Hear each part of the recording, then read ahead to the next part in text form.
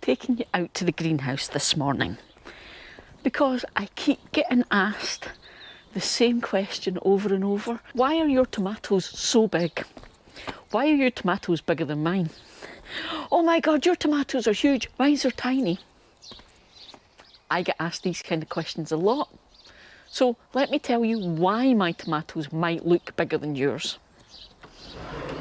I hear this an awful lot, and I guess I've been kind of dismissing it because I keep telling you guys the main rules of your garden are you do you. Don't compare yourself to other people, especially not other people on the internet. And the reason I keep telling you guys this is because everybody is different. Everybody's garden is different. Climate is different. Microclimates in the garden is different. And equipment and setup is different. And I thought that I kept reinforcing this with you guys, but I forget sometimes that people actually dip in and out of the videos. So some of you guys that are quite shocked are maybe shocked because you haven't followed me on the entire journey. So maybe I haven't said this often enough. So today I'm going to take you right through my tomatoes and explain why mine are huge and yours might not be. Because there's a reason for it, and it's not because you're doing anything wrong. It's because I'm kind of cheating Mother Nature, if you like. Okay then, so the first thing, you can see how tall this guy is. Okay, there are two things you maybe don't realise that are really important because it's not as tall as it looks. The first thing is I'm very short. Right, Kate and I will argue about this. I'm 5'1" and a bit. Kate will argue that I'm only 5 foot, but either way, you know what it's like. Either way, I'm really, really short, okay? So these obviously, you're comparing the height based on your height. So remember that. If I'm only around the 5 foot mark, that means the top of this plant can only be about 6 foot odds, okay? But even then, you might be thinking, but Eli, that's still huge. Aha, but here's the next thing. My tomatoes are not in the ground. So already there's a height advantage. There's actually two height advantages. Number one, okay, they're not in the ground, they're in pots. So being in a pot obviously raises it above the ground. But mine are also in pots, which are on top of water reservoirs, which gives it another 4 or 5 inches in height. Then there's the pot, but also they're on top of my folded down staging, so that's another 2 or 3 inches of height. So my tomato plants don't start on ground level. So take that into account, okay? So they're not as tall as they look next to me because I'm quite short, but also they're not in the ground, so they're actually shorter than you think because they're starting higher. Obviously though, not talking about height, talking about maturity. They're obviously quite mature plants and yours might not be, and here's why. So the reason that I could start my tomatoes so early is down to two things: heat and light. And it's because I could give them artificial heat and light early so that I could actually get them grown. That's it. I cheated Mother Nature, and here's how. So yesterday, George, who's one of our viewers, and it throws me slightly that he watches our videos because George is one of my gardening heroes, asked, do we use heat mats in terms of the tomatoes? I didn't quite understand why he was asking about heat mats at first, but when he mentioned the tomatoes, it's what made me realise maybe I should explain to you guys about how I've grown my plants and why they're so mature for this time of year. And it is simply this.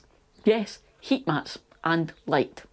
So for the last 2 seasons, I have been starting my plants off really early, like January and February, really, really early, which means at this point in the year, they're proper big mature plants. So that's why I've got what look like huge, big, tall plants, and why I've got lots and masses of big, massive tomatoes on them. Because they're mature plants, okay? Now, how this relates to you guys and why I'm saying don't compare your plants to me. Okay, this is going to drip on me, but compared to this little guy. So before the last 2 seasons, this is what my tomato plants would have looked like at this time of year. Now, I'm going to put him back because he's dripping on me because I've taken him out the quad grow. 2 seconds.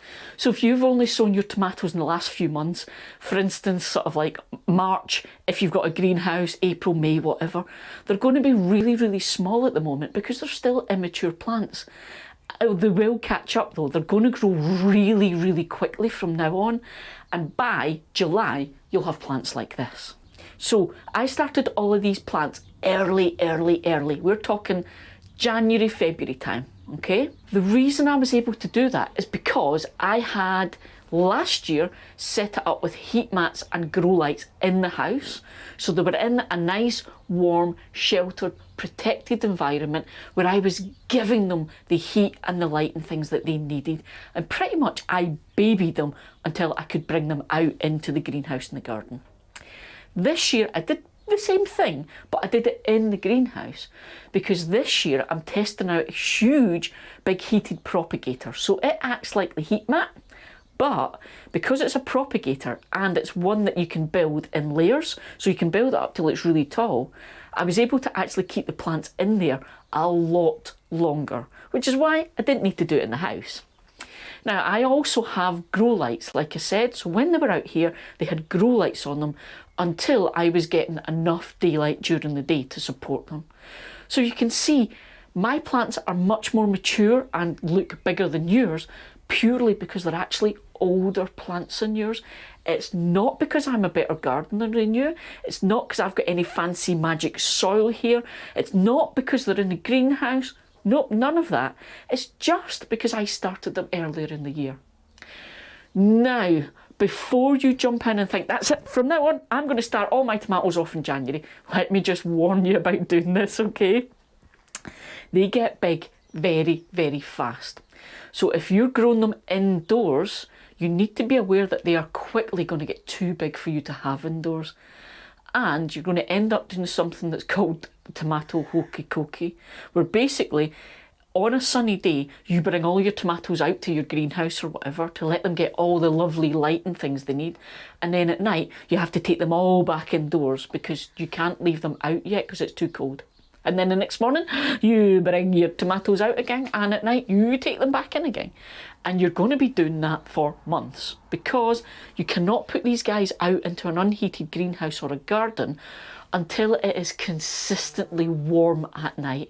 And we're talking consistently above 10°C minimum, okay? So before you jump into growing things early, just have a think about that. But also, the only benefit of starting the plants off early is that we get a slightly longer season, so we get tomatoes a little bit earlier. However, as you've seen, it can also mean you get some problems. So the other week I spoke to you guys about the fact that I got blossom end rot on my marmans, okay? Because they were setting fruit so early in the year that when I had the problem, that was the worst time for it to happen. So you have to think about it, swings and roundabouts. Is it really worth starting them off super early for you and having to go through all that, taking them out into the sunshine and worrying because they're too big for the house, etc, etc, just to get a tomato slightly earlier? Like I say, for me, this is all part of the experiments I do as I'm learning to garden, because everything we do is about me learning. I'm not a gardening expert. I've actually only been gardening 10 years. So, you know, I'm pretty much still a newbie in an experienced gardener's eyes. And I'm trying out all these different things to see what happens, because that's kind of how I learn best. That's just me. So like I always say, guys, you do you. Do not copy or compare yourself to weirdos like me on the internet, because you're not always getting the full story, okay? Don't judge yourself based on other people. I do it like this. Are your plants happy and healthy? If they are, you are a success. Well done. Pat yourself on the back. That's it. There are no other measures in place. And even when you think, oh no, it died, it looks poorly, blah, blah, blah, all that, stop using words like failure, because you're just putting yourself down. You haven't failed at all. What's happened is something didn't go to plan and you've learned from it. Learning is always a good thing. So stop putting yourself down, guys. Gardening is about having fun and chilling and relaxing. It's not meant to be stressful, so don't let it get to you. Okay, I know this was a bit of an Eli, waffle in the garden, but it's because I hadn't planned to do this video. So I hope at least it's alleviating some of your worry if you've been comparing yourself to me. And it might just be interesting for anyone who's thinking about all the different ways you can do things. So until next time, folks, Louise and all the guys that said hello yesterday, and of course George, see you next time, guys.